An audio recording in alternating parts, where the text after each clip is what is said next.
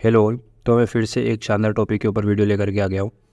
यहाँ पर मैं आपको बताऊंगा कि इंडिया और कनाडा के रिलेशन इतने ख़राब क्यों हो रहे हैं। पिछले दिनों आपने सुना होगा कि इंडिया और कनाडा के रिलेशन बहुत ज़्यादा ख़राब हो चुके हैं और कनाडा ने इंडिया के ऊपर कुछ एलिगेशंस भी लगाए हैं। वो भी मैं आपको तरीके से बताऊँगा कि क्या क्या एलिगेशंस कनाडा ने इंडिया के ऊपर लगाए हैं और इंडिया ने किस तरीके से उसका जवाब दिया है, वो आपको मैं तरीके से बताता हूँ। तो सबसे पहले तो हम ये देख लेते हैं कि इंडिया और कनाडा के रिलेशन ख़राब होने का कारण क्या है, कब से वो स्टार्ट हुए थे ख़राब होना। तो पहले से चालू हो गया ये सब मैटर जो है ख़राब होना रिलेशंस का, क्योंकि पंजाब के former PM captain Amarinder Singh ने 2018 में खालिस्तानी टेररिस्ट की लिस्ट कनाडा को दी थी, पर वहाँ उसका कोई भी स्ट्रिक्ट एक्शन उनकी गवर्नमेंट के द्वारा लिया नहीं गया था। तो इंडिया ने उनको वार्निंग दी थी पर कोई भी एक्शन वहाँ नहीं हुआ। बहुत से खालिस्तानी एक्टिविस्ट कनाडा में खुला घूम रहे हैं और प्रोटेस्ट कर रहे हैं।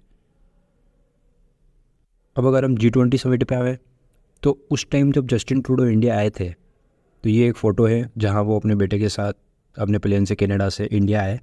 तो जाते टाइम उनका प्लेन क्या है, ख़राब हो गया था। तो गवर्नमेंट ऑफ इंडिया की तरफ से उनको एक अपना जो डिप्लोमेटिक प्लेन है वो प्रोवाइड किया गया था कि आप इसमें जा सकते हो, लेकिन उन्होंने उस टाइम मना कर दिया। हाँ, यही प्लेन है, इसी प्लेन में उनको जाने के लिए कहा गया था। और फिर जो है उस वजह से उस टाइम उन्होंने मना कर दिया, तो उन्हें जो है वो 3 दिन फिर यहाँ पर एक्स्ट्रा रुकना पड़ा इंडिया में। पता नहीं किस बात का एटीट्यूड था, लेकिन ये एटीट्यूड उनको बाद में भारी भी पड़ा, क्योंकि यहाँ पर उनको फिर एक्स्ट्रा प्रेस कॉन्फ्रेंसेस करनी पड़ी, जिसमें एक एक रिपोर्टर ने उनसे ये सवाल पूछ लिया कि कनाडा का जो रोल है वो G20 समिट में क्या है। तो लिटरली ये उसका आंसर दे भी नहीं पाए थे और एम्बेरस हो गए थे वहाँ पर। ये पता चलता है कि मतलब कनाडा को ये भी नहीं पता कि हमारा G20 में रोल क्या है, बस मेंबरशिप लेकर के और हर बार अटेंडेंस लगाने आ जाते हैं बस। तो अगर अब आगे चलें एलिगेशंस पर, तो इन कनाडा ने क्या एलिगेशंस लगाए हैं इंडिया पर। तो अभी हाल ही में 18 जून को कनाडा में एक खालिस्तानी एक्टिविस्ट था, हरदीप सिंह निजार, उसकी असैसिनेशन कर दी गई थी शोरे ब्रिटिश कोलंबिया में। कुछ लोग आए और उसको जैसे ही वो ट्रक से निकला अपने, वो वहाँ उसको मार करके चले गए। तो इसका पूरा एलिगेशन जो है इन्होंने कैनेडियन पीएम ने, जस्टिन ट्रूडो ने इंडिया पे लगा दिया है, जबकि ये पूरी तरीके से कन्फर्म भी नहीं है।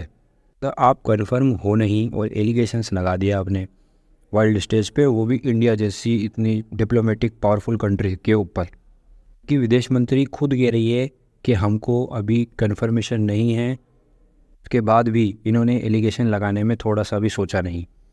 ये खालिस्तानी लीडर जो कि इंडिया से भागकर कनाडा चला गया था, हरदीप सिंह निजार इसका नाम है, और ओवर द ईयर्स इसने इंडिया में मोस्ट प्रोबेबली पंजाब में बॉम्बिंग कराने की भी कोशिश की है। हाँ, यही है जो आपको फ़ोटो में यहाँ पर दिख रहा है। इसी इंसान की वजह से कनाडा इंडिया से रिलेशन खतरे में डाल रहा है। इन्होंने इंडियन डिप्लोमेट्स को भी बाहर निकाल दिया है। वैसे आपको बता दूं कि इन डिप्लोमेट्स को बाहर निकालना एक बहुत बड़ी बात होती है, अगर हम कंट्री लेवल पर देखते हैं। तो ये यहाँ पर ही नहीं रुके, इन्होंने एक ट्रैवल एडवाइजरी भी जारी कर दी इंडिया के अगेंस्ट, जो कि मतलब मैं सोचता हूँ कि बहुत एक सही बात नहीं है यहाँ पर। ये लिटरली जो है पूरे रिलेशंस को ख़राब कर रहे हैं इंडिया और कनाडा के।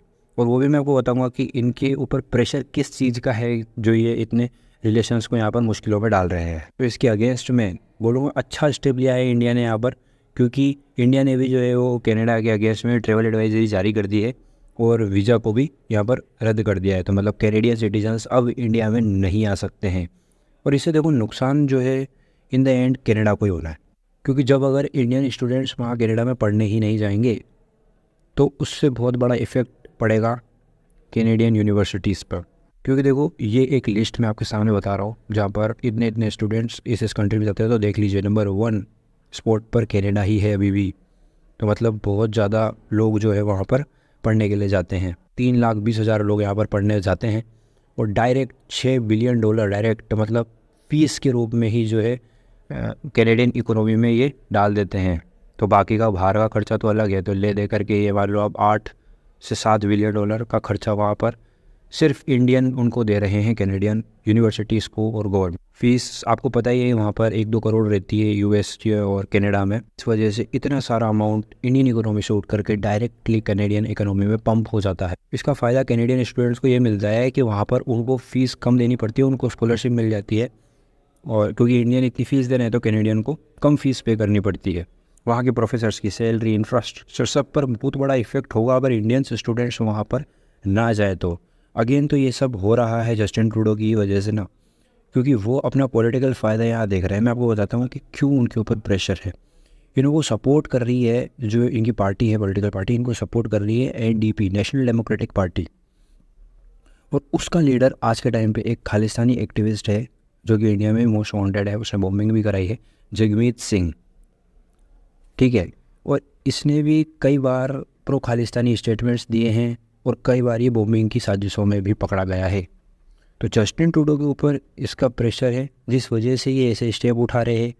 पर आप ये समझो कि पूरा कनाडा इंडिया के अगेंस्ट में नहीं है, या वाकई जो इनके अपोजिट में पॉलिटिकल पार्टी है उसके लीडर थोड़ा बहुत ये कोशिश कर रहे हैं कि पूरा ही इंडिया से रिलेशंस ना बिगड़े, ये वो इसका अपोज कर ही रहे हैं। तो हाल ही में जस्टिन ट्रूडो ने फाइव आइज से भी जो है सपोर्ट मांगने की कोशिश की है कि भाई फाइव आइज ग्रुप से हमको सपोर्ट दे दे, क्योंकि एंग्लो सेक्शन कंट्री है। आपको बताऊंगा कभी एंग्लोस्फीयर का पूरा कॉन्सेप्ट किसी और वीडियो में अच्छे से बता दूंगा।